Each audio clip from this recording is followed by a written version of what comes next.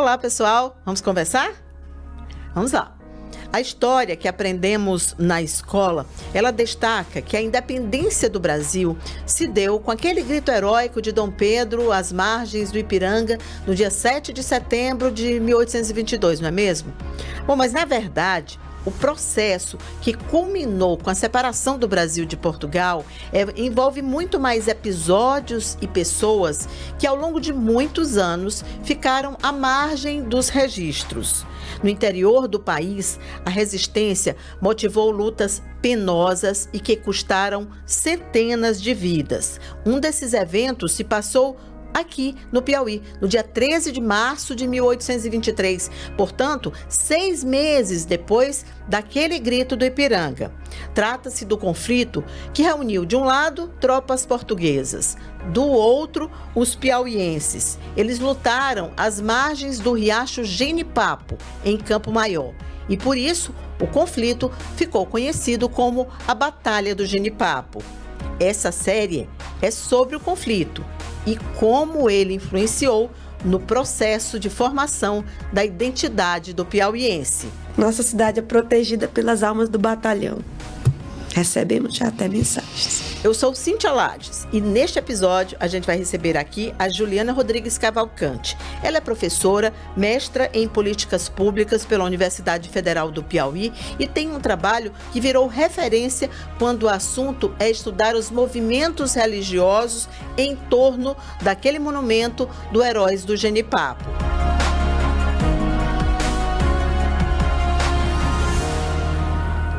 Seja bem-vinda, Juliana. Obrigada pelo convite. Estou muito feliz em estar aqui, de ser ouvida por você e por tantos, nesse desdobramento da memória social da Batalha do Genipapo, que é o desdobramento dos rituais. A memória do Genipapo, ela tem 3 vertentes que eu considero bem latentes. A memória escrita, que é a historiografia oficial, que narra os fatos. O inscrito, que é o monumento, não é? Sim. E o cemitério do batalhão e a memória ritual, que é a devoção às almas do batalhão. Para você ver, um evento historiografado, há 200 anos atrás, acontecido de fato, de uma forma em que trata de uma potência, de uma luta que na memória social da cidade, eu digo isso porque eu pesquisei, ela é colocada de forma mística, Porque Sim. A historiografia oficial, Cíntia, diz o seguinte: 200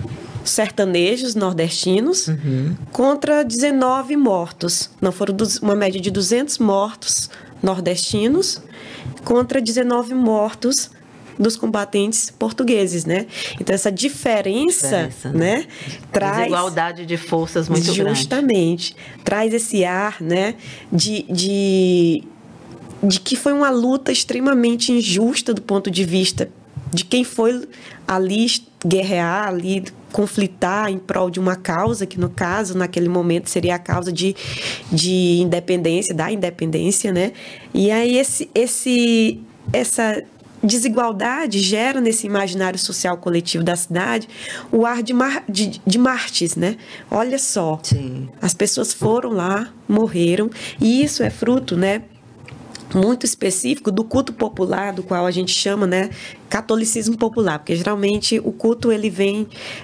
de um desdobramento da forma como se cultua os santos canônicos. Se você for observar, há também o pagamento da promessa, a validação, o ex-votos, Tudo isso está circunscrito ali nesse movimento dos corpos em direção hoje aos lugares sagrados. No caso, o cemitério do batalhão se configura no imaginário social coletivo daquela cidade como um lugar sagrado. Eu digo isso, Cíntia, porque em muitas entrevistas que eu fiz durante o meu trabalho, os narradores e narradoras costuravam justamente essa narrativa. Ali é o lugar sagrado. Tem uma senhora que eu entrevistei que ela dizia isso muito claramente. O dia 13 de março, à frente ali é o momento do lazer, mas atrás é o momento do qual eu vou me apegar para ser valida, com as almas. Então, ela divide aquele espaço, né, do memorial da Batalha de Genipapo, entre o monumento que fica à frente e o cemitério que fica atrás lá. Como você já deve saber, já foi lá, deve ter ido lá várias vezes. Lá atrás vai ter o cruzeiro e o obelisco e aquela cruz e vários túmulos, né? Que ali a gente chama, né, de um que ele é simbólico, porque a gente sabe que, de fato, não estão enterrados as pessoas lá, mas foi feito um cemitério de forma simbólica para lembrar. E isso é interessante observar, porque isso faz parte da política pública de lembrar os seus, né, que lutam pela nação. Geralmente é uma política de Estado, fazer com que lugares sejam inscritos para lembrar que aconteceu aquilo ali em um dado momento. E por que aconteceu? Só que, no caso de Campo Maior, esse ar místico, né, entre forças desiguais, ganha esse ar de sagrado, né, em oposição, por que não, ao profano, né? Quando você está ali no lazer, porque as religiões, você sabe disso, elas dividem, né, o sentido dos símbolos em sagrado e profano. Se você for estudar as religiões, ciência das religiões, ou sociologia da religião, antropologia da religião, você sempre vai ver essa divisão, né, no sentido, né, de crença, o que eu posso fazer e o que eu não posso. O que eu posso ali é no campo do sagrado, que eu não posso, que é o proibido, vai ser o profano, né? Então, esse sentido promove uma teia de sentidos e significados na cidade extremamente potente. E é uma memória que eu dialogo muito e defendo, né? Que ela possa também estar dentro das políticas culturais do Estado, né? Trazer de forma mais expressiva que há essa romaria, né? Eu, quando fiz a pesquisa, eu nas minhas andanças lá no cemitério, do qual eu passei muito tempo frequentando, eu conversei com um casal, né, que fazia suas promessas, como você está vendo aqui nessa imagem. Eles estavam com as sandálias, né, nas mãos, e estavam fazendo o percurso da cidade até o monumento com os pés descalços e de mãos dadas. Eu conversei com o casal rapidamente, mas eu acompanhei eles, né? São 7 quilômetros, essa romaria eu etnografei ela, eu descrevi ela em profundidade, descrevi as pessoas, e com algumas pessoas eu conversei, e eu conversei com um casal, ele dizia assim: olha, aqui a gente está pagando uma promessa porque a gente conseguiu um trabalho. Quando a gente chega em Campo Maior, a gente estava numa cidade distante, a gente tinha ido para o Sudeste e voltou para cá novamente, a gente estava desempregado. Então a gente teve a ideia de ir até o cemitério do batalhão e fazer uma promessa.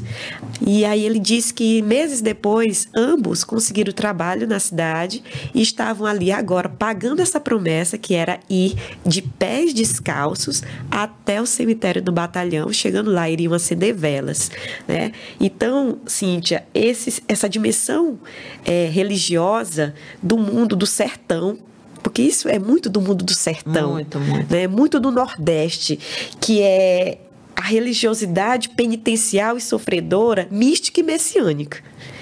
Ela é muito aludida, por exemplo, ao exemplo que você deu da Santa Alda. Finada Ada. Finada Ada.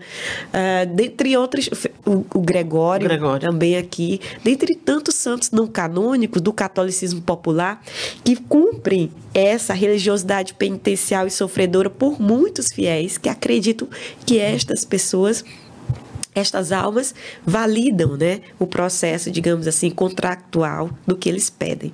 E isso, como você disse, tem que ser respeitado, isso tolerado e, por que não, né, preservado. Eu queria perguntar para você também o seguinte: se você sentiu nessas pessoas que há, além dessa fé, né, desse misticismo, se há um certo orgulho de ter aquele espaço ali onde houve uma luta tão desigual e que, mesmo perdendo, a derrota não é mais forte do que o fato deles terem lutado.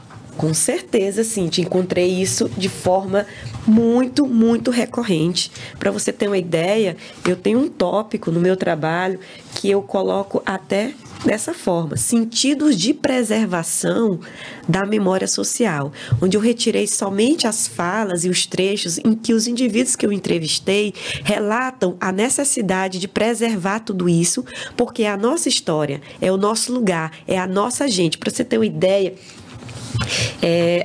havia narradores que me contavam o seguinte: ali morreu gente demais, morreu os nossos.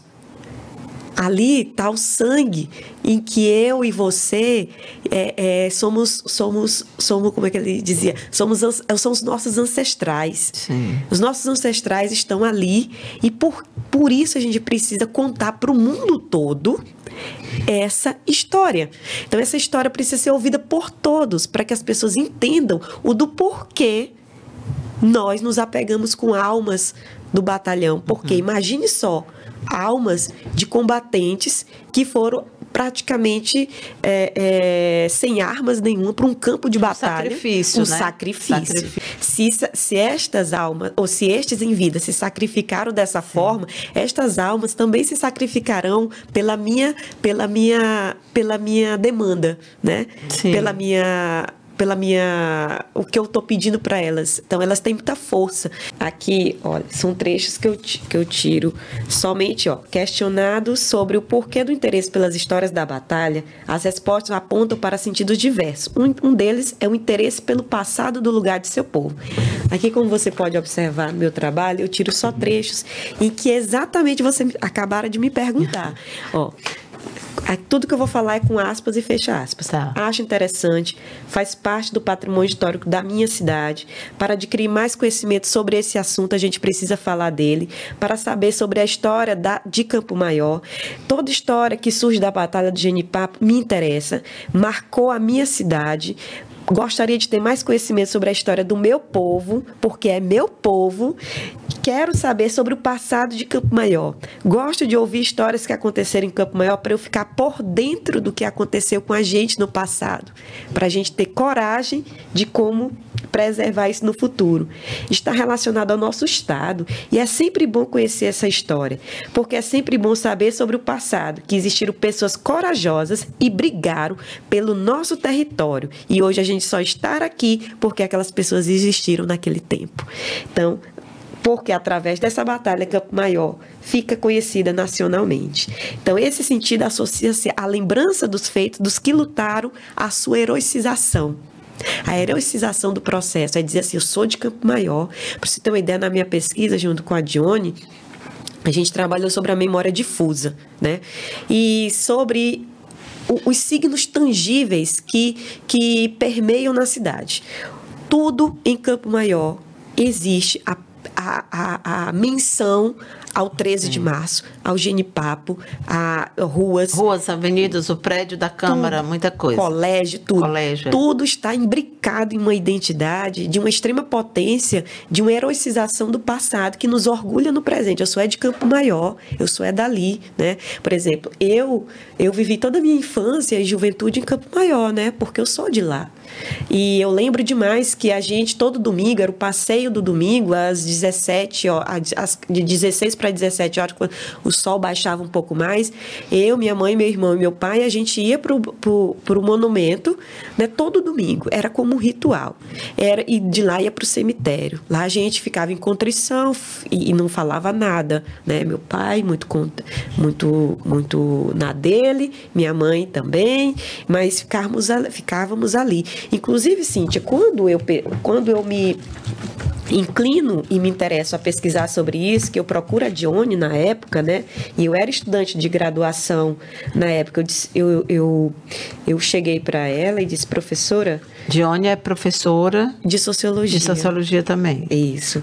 Ela ministrava uma disciplina na graduação chamada... tópico de Sociologia 4, Imagens e Narrativas de Sertão. E eu fui cursar essa disciplina. Quando eu chego lá, eu disse: nossa, isso aqui tudo é a minha vida. tudo que eu vivi enquanto pessoa, indivíduo social, que me reproduzi socialmente, é fruto da identidade de ser do sertão, de ser do Nordeste. Eu sou uma menina do Nordeste, do sertão, e toda a minha identidade é pautada em aboios de vaqueiros, né? A entoada daquele movimento, né, de passar os bodes de tarde. Então, assim, ó, eu boto assim, ó, no minha introdução, o interesse pelo estudo se deu pela familiaridade com o tema desde os idos de infância, no escutar das histórias contadas pelos mais velhos no município de Campo Maior, sobre os mais distintos acontecimentos em épocas passadas. Era início da história da ocupação da região, de aboios encantados de vaqueiros, de acontecimentos históricos, mágicos e encantados sobre a Batalha do Genipapo. Essa é a memória de um passado evocado em narrativas sobre a minha vida, da Juliana. Então, eu era uma menina que escutava essas histórias todos os dias por meio dos mais velhos, dos meus pais, dos meus parentes, aderentes. Então, toda a vida cultural de quem mora em Campo Maior, de quem é de lá, é muito circunscrita sobre o processo da Batalha do Genipapo. Isso é muito forte, então, em vocês, né? No povo, sim. Isso é perpassado também. Eu lembro que eu conversei com o irmão da nossa diretora executiva, Cláudia, que é um coronel da Polícia Militar, e que ele disse que todos os dias, na preleção que ele faz com os homens dele, ele faz referência ao berço do heroísmo, ao Heróis do Genipapo. E eu achei aquilo ali tão incrível, porque eu disse assim, ele levou da vida, né, do que ele ouviu também, cresceu, assim como você também, quer dizer, cada um tem as suas próprias experiências, mas essa questão da resiliência, do ser herói, isso é muito forte dentro do povo de Campo Maior, e me parece que há uma demanda muito grande da população que isso seja mais visto, sim, que seja gritado para as outras pessoas, sim, né? Com certeza, e isso, Cíntia, é o que eu discuto demais, já, aí eu vou lá para o 4º capítulo, onde eu vou dialogar isso com políticas públicas patrimoniais. Sim, vamos falar delas. Né? Porque, Cíntia, imagine só, ali o monumento, né, que é a memória social escrita do processo, quando você entra naquele espaço, né, você entra naquele espaço, é como se você... Assim, talvez eu estou falando muito de mim, né?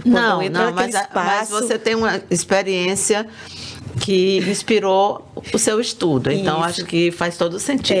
Eu sinto assim, como naquele momento, aquilo tudo estivesse apontado para mim, mas no sentido de que eu criei uma relação afetiva com pessoas que eu não conheço, sob o ponto de vista, por exemplo, o seu Presídio, que foi um dos meus narradores, ele diz o seguinte, para você ver o tom mágico e místico e fantástico. Foi um momento que eu não tinha noção que iria encontrar isso. Ele diz o seguinte, ele dizia que Fidié com aquela, enfim, você sabe que Fidié é colocado como alguém, o vilão, né? E ele coloca que quando ele vai falar com as almas, né, que ele diz que fala com as almas do batalhão, ele pede que as proteja, né, que essas almas protejam o povo de Campo Maior, e ele diz que sente que essas almas estão protegendo, né, para você sentir o sentido fantástico e mágico que a pessoa realmente sente, porque você ser de Campo Maior ali, e você é incutido de uma memória até me emociono, né? De uma memória de afeto, assim, que você, por exemplo, você... É muito forte, né? Você se apega... É tão forte que você me emocionou na sua fala anterior, agora é a sua vez. Exatamente. Porque, Cíntia, quando você tem indivíduos que por exemplo, o morar no sertão, os dias e o cotidiano no sertão, e com certeza você coaduna da minha fala, porque você também é uma mulher nordestina e tem talvez essas lembranças do afeto, né, dos sentidos naturais, sobrenaturais de sertão. A gente sempre encontra na fala dos mais velhos, assim, no meu tempo de menina, ou no meu tempo de menino, né? Quando eu andava aqui por essas matas, quando eu andava por aqui, por essas veredas, é uma palavra muito do sertão, veredas. Aparece demais nas minhas entrevistas, né? Quando eu andava nas veredas, eu andava rezando para as almas. Para você ter ideia, as almas, elas ganham nas ladainhas católicas, até mesmo, Cíntia, expressões específicas para ela, almas benditas do batalhão. Quando eles estão rezando o mistério, eles vêm e falam almas benditas do batalhão, né? Por exemplo, eu até coloco aqui, ó, em seguida, em um dos meus momentos lá, né, observando os pagadores e pagadoras de promessas. Em seguida, após agradecer o terço, vinham as ladainhas, executadas mais ou menos com a seguinte estrutura, porque eu copiei, né? Primeira voz, Santa Maria, coro, rogai por nós. Primeira voz, Santa Virgem das Virgens, coro, rogai por nós. Primeira voz, Rainha do Santo Rosário, coro, rogai por nós. Primeira voz, almas benditas do batalhão, coro, rogai por nós. E isso por horas. E esse apelo às almas benditas do batalhão, seguido do coro, rogai por nós, iniciava-se a nova etapa de execução do terço. Olha a profundidade de sentido que isso tem.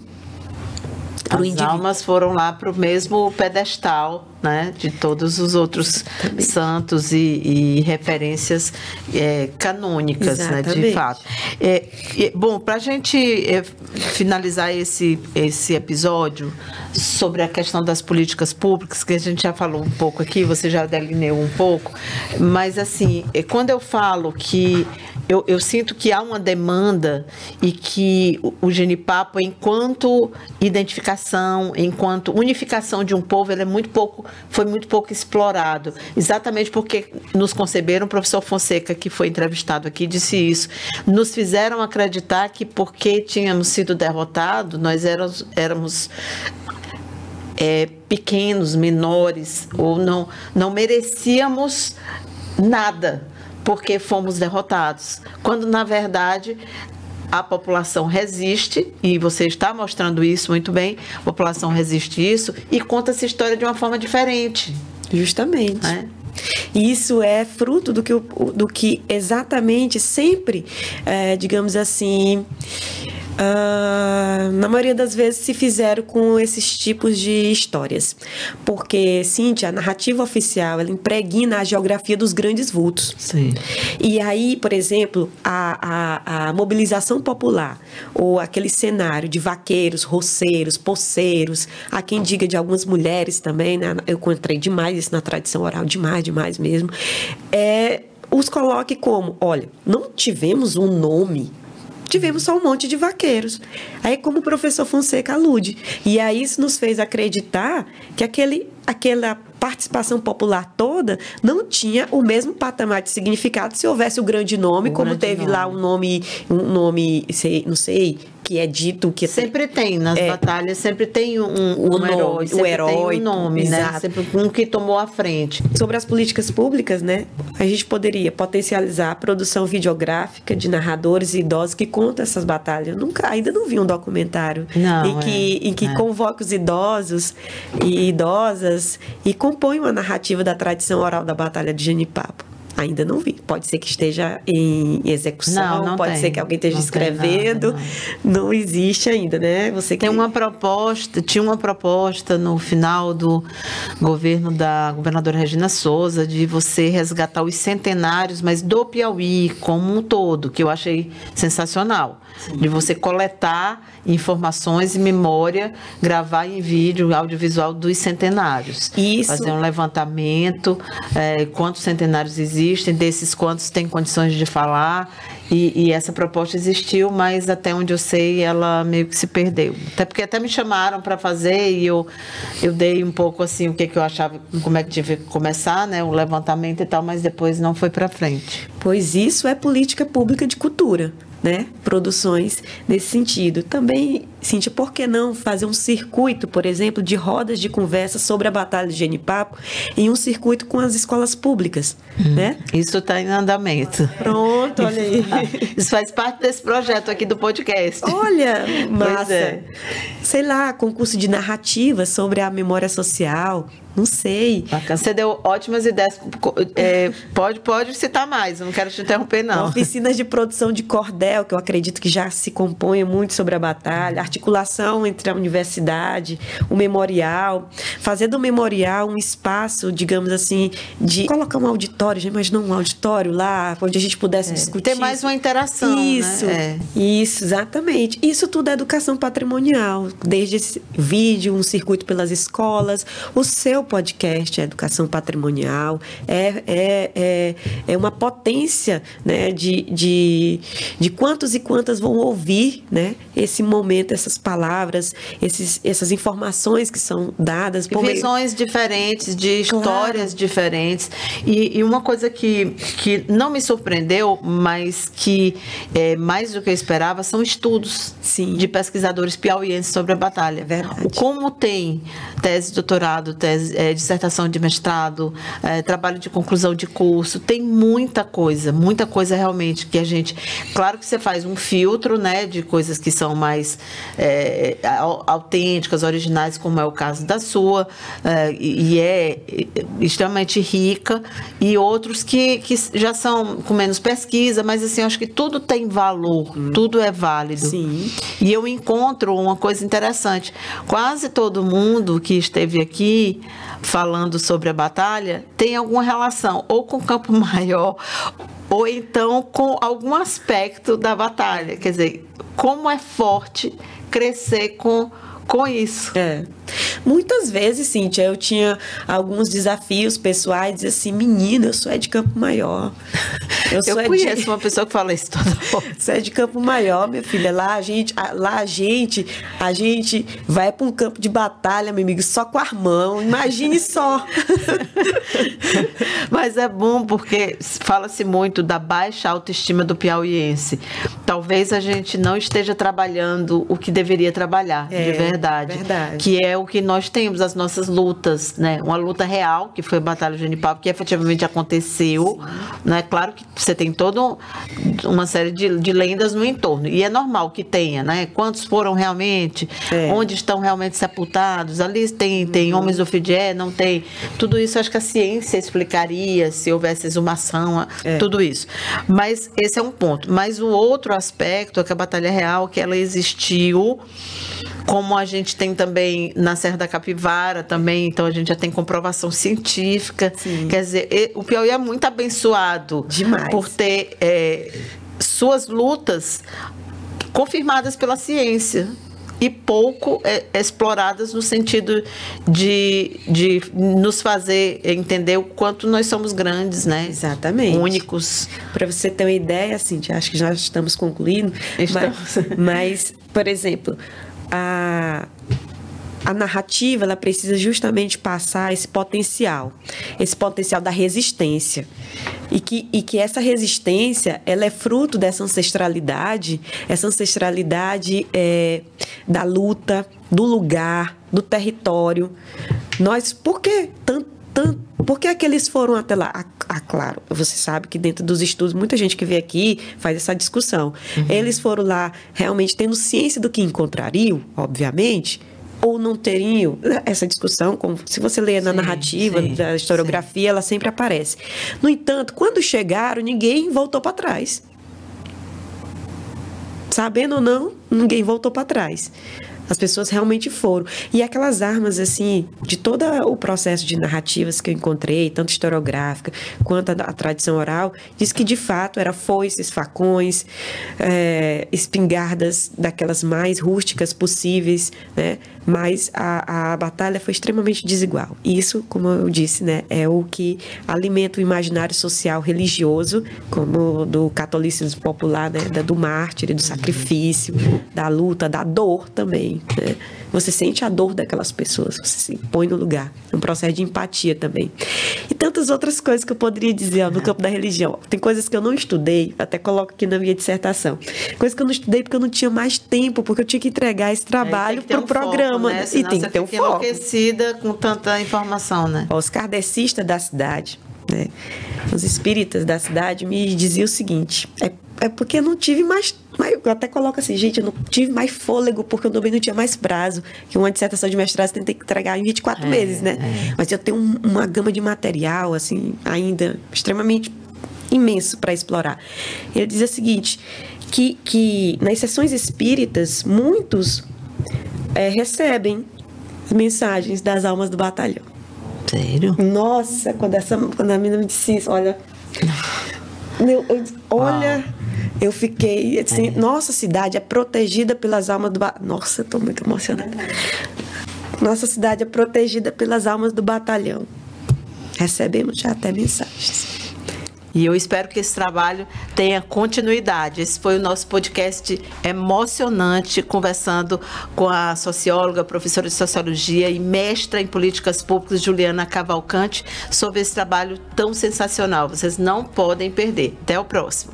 Coloquei no livrinho, lá, quer dizer, riacho de sangue, riacho irrigado com sangue da esperança, e botei o E maiúsculo. Não é qualquer coisa, botou o E maiúsculo, sabe? O E maiúsculo significa? A Esperança Garcia, a luta Esperança dela, Garcia, que é uma maneira, é uma visão, é uma luta de uma mulher fantástica, né?